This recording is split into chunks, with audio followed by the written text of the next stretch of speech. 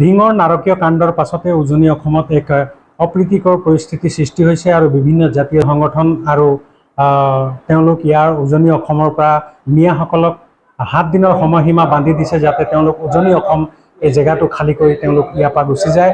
সমান্তৰালকৈ আটাচু আৰু টাইপাই মৰাণৰ আশে পাশে বিভিন্ন অঞ্চলত ইতিমধ্যে কালিৰ পৰা তেওঁলোক নিজৰ অভিযান আৰম্ভ কৰিছে আৰু তেওঁলোক বাংলাদেশী অবৈধ মিয়াক বিচাৰি ফুৰিছে যাতে উজনি অসমৰ পৰা তেওঁলোকক খেদি পঠিয়াব পাৰে।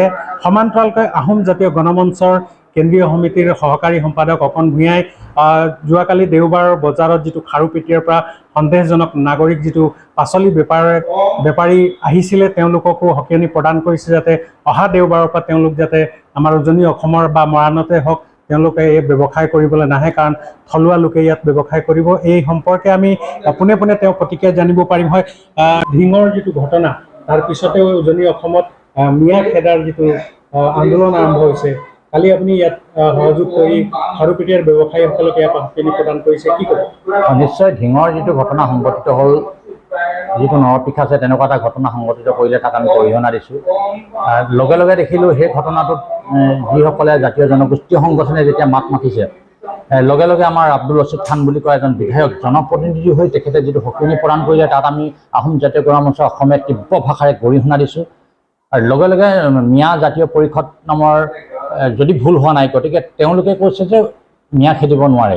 আমি কৈছোঁ যিসকল সন্দেহযুক্ত নাগৰিক মিয়া নাগৰিক তেওঁলোকক কোনোবাই খেদিব নোৱাৰে বুলি তেওঁলোকক আমি প্ৰত্যাহ্বান দিছোঁ। তেনেকুৱা মিয়া জাতীয় পৰিষদ তেওঁলোকে উজনি অসমত ভৰি দি চাওক বা তেওঁলোকৰ যদি সাহস আছে, কাৰণ আমি থলগিৰি অধিকাৰ প্ৰাপ্যৰ যিখিনি অসমত বসবাস কৰে থলগিৰি বুলি ক'লে অসমত বসবাস কৰা বিভিন্ন জাতি উপজাতি সকলোখিনি পৰে, যিখিনি খিলঞ্জীয়া বুলি ক'ম আজিৰ তাৰিখত। গতিকে তেওঁলোকৰ প্ৰাপ্যৰ অধিকাৰ, তেওঁলোকৰ বাই ভনীক কোনোবাই ধৰ্ষণ কৰিব, নাৰী নিৰ্যাতন কৰিব, ধৰ্ষণ কৰি হত্যা কৰিব, এই কথা কিন্তু মানি ল'ব নোৱাৰি, কেতিয়াও গ্ৰহণযোগ্য নহয়।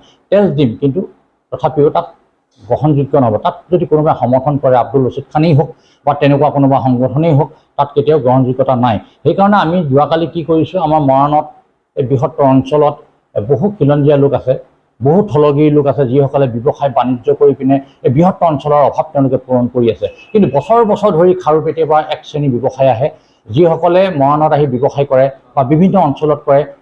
কালি দেওবাৰ যিহেতু মৰাণত তেওঁলোকে এনেকুৱা ঘটনা সংঘটিত হোৱাৰ পিছতো তেওঁলোক ইয়ালৈ আহিছে। দুৰ্ভাগ্যজনক, তেওঁলোক আহিব নালাগিছিলে, কাৰণ তেওঁলোকক কোৱা হৈছিলে সংবাদ মাধ্যমৰ যোগেদি কোনো মানুহ যাতে ইয়ালৈ নাহে। সেইকাৰণে কি কৰিলোঁ, কালি দেওবাৰ বজাৰে গৈ পিনে আমি যিসকল বেপাৰী ব্যৱসায় আহিছে তেওঁলোকক আমি ভালদৰে বুজাই থৈ আহিছোঁ যে আপোনালোকে যাতে অহাৰ দেওবাৰৰ পৰা ইয়াত ব্যৱসায় কৰিবলৈ নাহে। আমাৰ থলগিৰি ব্যৱসায় আছে, তেওঁলোকে ব্যৱসায় কৰিব, আপোনালোক নাহিব। এই কথাটো দেওবাৰ বজাৰত উপস্থিত সুসৰীয়ে হৈ পিনে তেওঁলোকক ভালদৰে মানুহ হিচাপে তেওঁলোকক বুজাই থৈ আহিছোঁ। আৰু ইয়াৰ পিছত যদি তেওঁলোকে তেনেকুৱা ধৰণৰ কথা নুশুনে, তাৰ পৰা ঘটিবলগীয়া যিকোনো অপ্ৰীতিকৰ ঘটনাৰ কাৰণে দায়ী আমি নহ'ম, তেওঁলোকে স্পষ্ট ভাষাৰে কৈ থৈ আহিছোঁ। কাৰণ তেওঁলোকে নামনিৰ পৰা আহি ইয়াত ব্যৱসায় কৰিব আৰু বহুত সময়ত এক শ্ৰেণী তৃতীয় পক্ষৰ সহযোগিতাত সেই ব্যৱসায়ীসকলে কিন্তু আমাৰ থলগীক বহুত দাবী ধমকিও দিছে। কিছুদিনৰ আগত যেতিয়া বানপানীৰ কাৰণে মই দেখিছোঁ, মই যোৱা নাছিলোঁ, বানপানীৰ কাৰণে সমাজত কাম কৰা কিছু লোক তালৈ তেওঁলোকৰ পৰা সহায় বিচাৰি গৈছিলে, যিহেতু বিভিন্ন সময়ত দুপৰীয়া আহাৰ দিয়ে, গতিকে তেওঁলোকৰ ওচৰত পাচলি বিচাৰি গৈছিলে। তেওঁলোকে যি ধৰণে ব্যৱহাৰ কৰা মই দেখিলোঁ, মই ব্যক্তিগত বজাৰ কৰি আছিলোঁ, কিন্তু তেওঁলোকক ব্যৱহাৰ কৰা দেখি মই নিজে গ'লোঁ, নিজে গৈ তেওঁলোকক মই প্ৰত্যুত্তৰ দিবলগীয়া হৈছিলে। তেওঁলোকে যিটো ধমকি, তেওঁলোকে মানে যি ধৰণে মানে ইয়াৰ স্থানীয় মানুহখিনিক যিসকলে দিছিলে, আপুনি নহয় যিসকলে শুনিব সেই তেওঁলোকে গম পাব। তেতিয়া ওচৰৰ ব্যৱসায়ীসকলে আহি পিনে কৈছে আমাৰ থলগিৰিখিনিয়ে যে আপোনালোকে কিবা তেনেকুৱা ধৰণৰ কথা কৈছে, বানপানীৰ কাৰণে কিবা এটা বিচাৰি আহিছে, দিব লাগে। তেওঁলোকে কিন্তু দিয়া নাছিলে, নিদিওঁ তেনেকুৱা ধৰণৰ, নিদিলে কি কৰিম। ঠিক সেই তেনেকুৱা ধৰণৰ ঘটনাবিলাক দুৰ্ভাগ্যজনক ঘটা। তেওঁলোকক আমি প্ৰৱেশ নিষিদ্ধ কৰিছোঁ। আৰু বিশেষকৈ এই নাৰকীয় যিবিলাক ধৰ্ষণৰ কাৰ্য, মিয়া লোকসকল গৰিষ্ঠ সংখ্যক জড়িত থাকে, বিভিন্ন জাতিৰ ধৰ্ম ভাষা নিমিলে বহু লোক জড়িত থাকে, কিন্তু তেওঁলোকৰ গৰিষ্ঠ সংখ্যক থাকে। সকলো জাতীয় সংগঠনে ইতিমধ্যে মিয়া খেদিবলৈ আন্দোলন আৰম্ভ কৰিছে। আহোম জাতীয় গণমঞ্চ ফালৰ পৰা মিয়াই হওক বা তেওঁলোকক সমৰ্থন কৰা যিবিলাক বিধায়কেই হওক বা দলে হওক, তেওঁলোকক শেষ হকিয়নি আহোম জাতীয় গণমঞ্চ ফালৰ পৰা কি থাকে? নিশ্চয় এইটো শেষ হকিয়নি। আমি সুসৰীয়ে কালি উপস্থিত হৈ খাৰুপেটীয়া যিখিনি বেপাৰী আহিছে আমি নাহিবৰ কাৰণে ইতিমধ্যে আমি হকিয়নি প্ৰদান কৰিছোঁ। যদি আহে তাত ঘটিবলগীয়া ঘটনাৰ কাৰণে আমি দায়ী নহয়, হ'ব পাৰে অনাকাংক্ষিত যিকোনো ঘটনা ঘটিব পাৰে। আৰু আমি আহ্বান জনাম ৰাইজক সজাগ আৰু সচেতন হ'বলৈ, কাৰণ প্ৰত্যেকখন ঘৰলৈ যোৱাটো সম্ভৱ নহয়। যিসকল সন্দেহযুক্ত নাগৰিক আছে প্ৰতিজন স্থলগীয়ে যাতে নিজে সজাগ আৰু সচেতন হৈ তাৰ কাৰণে উদ্যোগ যাতে লয়, এইটোৱে আহোম জাতীয় জনগোষ্ঠীৰ আহ্বান থাকিব। কিন্তু স্থানীয় যিবিলাক লোক যেনেকৈ ধৰি লওক ইটা ভাটাই হওক বা উদ্যোগেই হওক বিভিন্ন, তেওঁলোক নিজৰ মুনাফা আদায়ৰ কাৰণে এনেধৰণৰ অবৈধ নাগৰিকক তেওঁলোকে কৰ্মসংস্থাপন কৰি ৰাখিছে। 100% শুদ্ধ। কালি দেওবৰীয়া বজাৰটোত যিসকল আহিছে তেওঁলোকে কৈছে আমাক কোনোবাই মাতিছে, আমি সেইকাৰণে আহিছোঁ। যিসকলে মাতিছে নিশ্চয় তেওঁলোকে তাত মুনাফা আদায় আছে, সেইকাৰণে মাতিছে। তেওঁলোককতো সুৰক্ষা দিব নোৱাৰে। গতিকে ইটা ভেটাৰ কথাই হওক বা তেনেকুৱা ধৰণৰবিলাকে হয়, সদায় নিজৰ মুনাফাটোৰ কাৰণে কৰিছে। কিন্তু থলগিৰিৰ যিটো অধিকাৰ, যিটো প্ৰাপ্য খিলঞ্জীয়া যিটো অধিকাৰ বা যিখিনি সুৰক্ষিত হ'ব লাগে, তাৰ কথাও কিন্তু সেইসকল বণিক গোষ্ঠীয়ে চিন্তা কৰিব লাগিব। চিন্তা নকৰিলে যিকোনো অপ্ৰীতিকৰ ঘটনাৰ কাৰণে দায়ী এই জাতীয় বা জনগোষ্ঠীয় সংগঠন বা থলগিৰিখিনি নহ'ব। এই কথাতে মই আপোনালোকৰ সংবাদ নিশ্চয় ঢাকনি প্ৰদান কৰা হ'ব। উপস্থিত হৈ পিনে যিকোনো বিহিত ব্যৱস্থা আমি নিজ হাতেৰে কৰিম। আইন আছে, আইনক আমি জনাম। আমাৰ এইটো আহ্বান ইতিমধ্যে আপোনালোকৰ সংবাদ মাধ্যমক বা বিভিন্ন সংবাদ মাধ্যমৰ যোগেদি এই কথাটো বিৰল প্ৰচাৰ হৈছে, সামাজিক মাধ্যমত হৈছে। তাৰপিছতো তেওঁলোকে যদি তেনেকুৱা ধৰণৰ কাম কৰে, নিশ্চয় ইয়াৰ ওপৰত বিহিত ব্যৱস্থা আমি এইটো ল'বই লাগিব।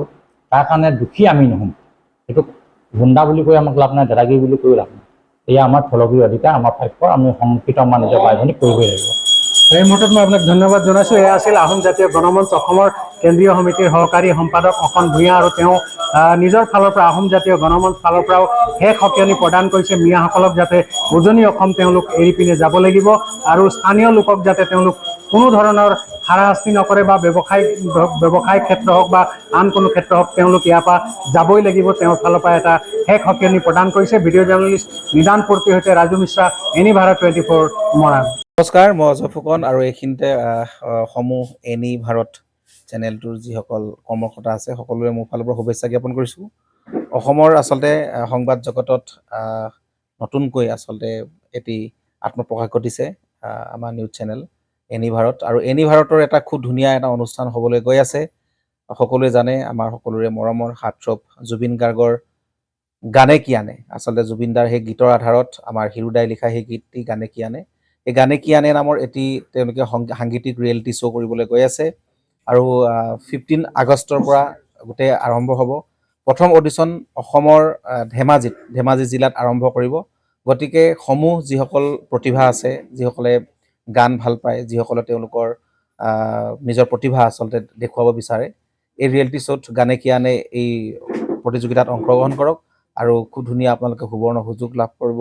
লগতে ইয়াতে পুৰস্কাৰ আছেই, বিভিন্ন ধৰণৰ উপহাৰো আপোনালোকে লাভ কৰিব, আৰু লগতে এগৰাকী প্ৰতিষ্ঠিত আচলতে এগৰাকী শিল্পী হিচাপে অসমৰ সাংস্কৃতিক জগত আপোনালোক প্ৰতিষ্ঠা লাভ কৰিব।